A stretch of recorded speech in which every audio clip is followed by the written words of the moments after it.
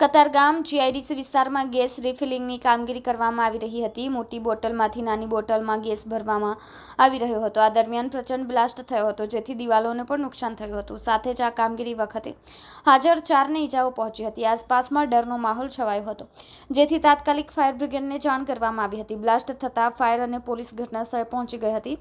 પોલીસે વધુ તપાસ શરૂ કરી છે. મોટી બોટલમાંથી નાની બોટલો ભરવામાં આવતી હતી. આ ગેરકાયદેસર ગેસ રિફિલિંગની કામગીરી સામે કાર્યવાહી કરવામાં આવે તેવી સ્થાનિકોની માંગ છે. મહત્વપૂર્ણ છે કે થોડા સમય અગાઉ પણ પૂણા વિસ્તારમાં આ રીતે થતી કામગીરીમાં બ્લાસ્ટ થવાની દુર્ઘટના સર્જાઈ હતી. મારું નામ રમેશ સેલર છે. કતારગામ ફાયર સ્ટેશન ખાતે સબ ઓફિસર તરીકે ફરજ બજાવું છું. અમારા કંટ્રોલ રૂમના મેસેજ મુજબ અહીંયા નવી જીઆઈડીસી કે જૂની જીઆઈડીસીમાં કંઈ બ્લાસ્ટ થયો છે એવો મેસેજ મળેલો. તપાસ માટે આવેલા હતા. તપાસ કરતાં એવું જાણવા મળેલું કે 8:30 થી 9:45 વાગ્યાની વચ્ચે કંઈ બ્લાસ્ટ થયેલો હતો. એમાં 4 વ્યક્તિ દાઝી ગયા છે એવી જાણ થઈ છે. ક્યાં લઈ ગયા છો? એવું જાણવા મળ્યું છે. 108 આવેલી 108 લઈ ગયા, તપાસ કરીએ છીએ. એટલે ઘર છે કે દુકાન છે? રેસિડેન્ટ જેવું ઘર છે, તેની અંદર દુકાન બનાવેલી છે.